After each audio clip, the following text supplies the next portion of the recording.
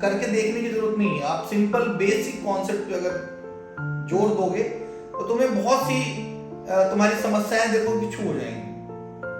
ठीक है, अब जैसे हर व्यक्ति ने जीवन में बहुत सारी समस्याएं होती हैं, तो क्या तुम लोगों को पता है कि हमारे जीवन में सिर्फ रियल में कुछ जो समस्या, वाकई में जो समस्या होती है वो मुश्किल से 1% की ट्रुथ, 1% यानी 100 समस्याओं में से एक कोई समस्या ऐसी होती है जो बहुत बड़ी होती है रियल में,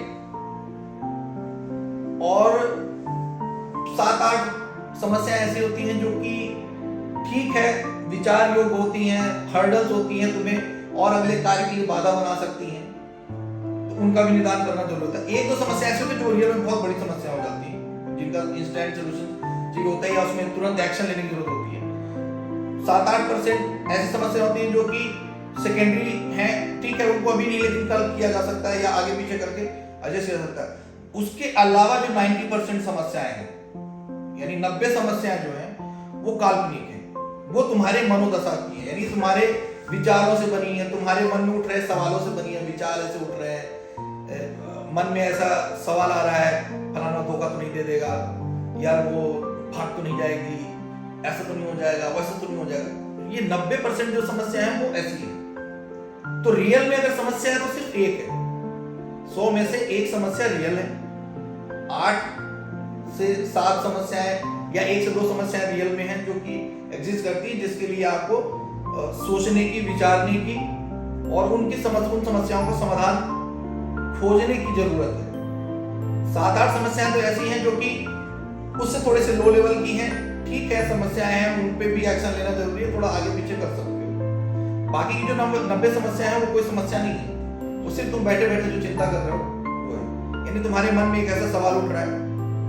परसेप्शंस, जैसे एक वर्ड होता है परसेप्शन, यानी कोई व्यक्ति रास्ते में चल रहा, हमने उसको देखा उसकी दाढ़ी बड़ी हुई है और लंगोट लगाए हुए, तो हमने उसको बोला यार ये चोर तो नहीं है, शंका उठी, परसेप्शन। तो हम बोले कि यार ये चोर तो नहीं, ये कहीं मेरे घर की तरफ तो नहीं घुस रहा, रात को अब शाम का टाइम था, वो बैठ गया वहीं कहीं डेरा लगा के, तो तुम्हारे मन में शंका उठने लगी ये चोर होगा या मर्डरर होगा, अब रात को मुझे कहीं मेरे घर में डकैती न डाल दे। तो इससे जो तुम्हारे मन में जो द्वंद उठ रहे हैं, जो तुम्हारे मन को पीड़ा प्राप्त हो रही है, ये क्या है? ये काल्पनिक समस्या की वजह से, वे काल्पनिक समस्या हो सकता है वो ना चोरी हो ना कुछ हो, चला गया, लेकिन तुमने जो कष्ट झेला, जो तुम्हें कष्ट हुआ वो क्या था? वो काल्पनिक समस्या का कष्ट था। और ऐसे जीवन में हम 90% यानी 90 समस्याएं हमारी सिर्फ ऐसी होती है। अब तुम अपने आप को बैक में लेके जाओ, यहां से पीछे जाओ। पीछे जाने का मतलब कि आज से कुछ साल पहले की बात में चले जाओ। जो एक समस्या तुम्हें बहुत बड़ी लग रही थी, उस समस्या के लिए तुम 10 दिन तक परेशान रहे, 15 दिन तक परेशान रहे, और दिन रात का जीना हराम रहा, तुम्हारा खाना परेशान, तो तुम्हारे अंदर दुख के बादल छाए हुए थे। लेकिन जब कुछ समय के बाद तुम्हें पता चला कि यार ऐसी कोई समस्या तो थी नहीं, जब वो सॉल्व हो गई या जब और समय निकला, तो तुमको लगता है यार मैं फालतू में इस चीज के लिए परेशान हो रहा था। होता है कि नहीं होता? ऐसा ही होता है। तो ये क्यों होता है? ये जो समस्या है, यानी हमारा जो आज का विषय है, विषय क्या है कि ज्ञान ही आपके दुखों का अंत कर सकता है। मैंने क्या बोला? ज्ञान ही आपके दुखों का अंत कर सकता है। सिर्फ इतना सा फेर है और बहुत ज्यादा नहीं, हम इनको इन शॉर्ट में समझेंगे, लेकिन बहुत बेसिक लेवल पे और बुनियाद यानी एकदम बिल्कुल बुनियाद पे जाकर के, ग्राउंड रियलिटी पे जाकर के समझने की कोशिश करना है। इसको ना तो तुम अध्यात्म से जोड़ना, ना इसको साइंस से जोड़ना, ना ये आर्ट है ना साइंस है, इन सब चीजों में मत जाओ। अभी बिल्कुल इन सब चीजों में नहीं पढ़ना है, बिल्कुल एकदम हम बेसिक बुनियादी बातों पे बात करेंगे, ठीक है? और टर्म्स को समझने की कोशिश करो। समस्या क्या है? दुख, ठीक है? हर एक के जीवन में दुख है, कई तरह के दुख है, अलग अलग दुख है। दुख का कोई अंत नहीं है। अंत है कोई दुख का? लोग कहते हैं यार दुख अनंत है, एक दुख आता नहीं, दूसरा दुख खड़ा रहता है, एक सुख गया नहीं दूसरा सुख। तो सुख और दुख, फिर तुमने कई डेफिनेशन ये भी सुनी होगी कि सुख और दुख बराबर रहते हैं, जितना सुख है उतना ही दुख है ना? तुमको आज दुख है तो कोई बात नहीं बेटा, काट लो दुख, कल को सुख भी आएगा। कोई रात अंधेरी नहीं है, कोई ऐसी रात नहीं जो कटे ना, है ना? ये सब बातें हमने जनरली इन टर्म्स में सुनी हुई है। आप सबने भी मोटिवेशनल स्पीकर से मोटिवेशन के तौर पे कि कोई बात नहीं बेटा, दुख की घड़ी है कट जाएगी, दुख की घड़ी है, कट जाएगी, कट तो जाएगी ही जाएगी, घटनाक्रम है, समय है, वो चलता ही रहेगा। तुम दुखी रहोगे तो भी पूरा जीवन तुम्हारा निकल जाएगा, और नहीं रहोगे तो भी पूरा जीवन निकल जाएगा। वो तुम्हारे बस, क्योंकि तुम्हारे अकेले का समय नहीं है।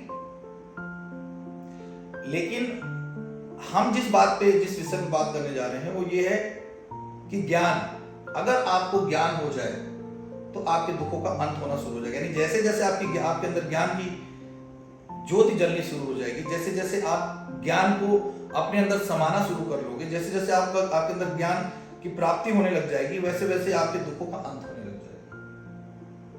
अब मैं बात कर रहा हूं ज्ञान की। तो पहले हम ये समझेंगे ज्ञान होता क्या है। पहले हमें ज्ञान प्राप्ति करने से पहले हमें, अब तुमको मैं बोलूं कि जाओ तुम ज्ञान प्राप्त करके आओ, तो तुम्हें ज्ञान का पता तो होना चाहिए पहले ज्ञान होता क्या है। तुम्हें ज्ञान की प्राप्ति तब तक नहीं हो सकती जब तक तुम्हें ज्ञान की डेफिनेशन नहीं पता। अब ज्यादातर क्या होता है कि हमें ज्ञान का मतलब ही नहीं पता, हमें ज्ञान की इन डेप्थ मीनिंग ही नहीं पता है, और हम ज्ञान की तलाश में लग जाते हैं। अब जैसे मैंने मान लो बोल दिया कि कोई अगर सिर्फ टाइटल पढ़ ले कि ज्ञान ही आपके दुखों का अंत है, तो क्या होगा कि लोग ज्ञान के पीछे पड़ जाएंगे कि चलो ज्ञान की प्राप्ति करें, ज्ञान ज्ञान ज्ञान ज्ञान क्या, तो ज्ञान क्या पहले ये तो समझो। तुमको मैं बोलूं जाओ तोता लेके आओ, तो बोलो हाँ तोता लेके आना, तोता तो अब तुम भाग लिए यहाँ से। अब तोता क्या होता है तुम्हें पता नहीं है, तुम तोता लेने चल दिए, तो तुम्हें सही चीज मिलेगी क्या, या तुम्हें उसका समस्या का समाधान मिलेगा नहीं। तो अभी हम पहले समझेंगे ज्ञान। हमारा पहला वर्ड है ज्ञान। हम एक शब्द के अर्थ को समझते हुए अपनी इस यात्रा को आगे बढ़ाएंगे, है ना, जर्नी भी बोल सकते हैं ज्ञान की यात्रा। तो पहला वर्ड है हमारा ज्ञान। जैसे हमारा टाइटल है ज्ञान ही आपके दुखों का अंत है, इस बात को मंत्र बना लो, अपने जीवन का मंत्र बना लो, और इसको अपने जीवन में उतारने की कोशिश करना। और फिर तुम देखोगे कि धीरे धीरे तुम्हारे जीवन में जो हैप्पीनेस का ग्राफ है वो बढ़ना शुरू होगा।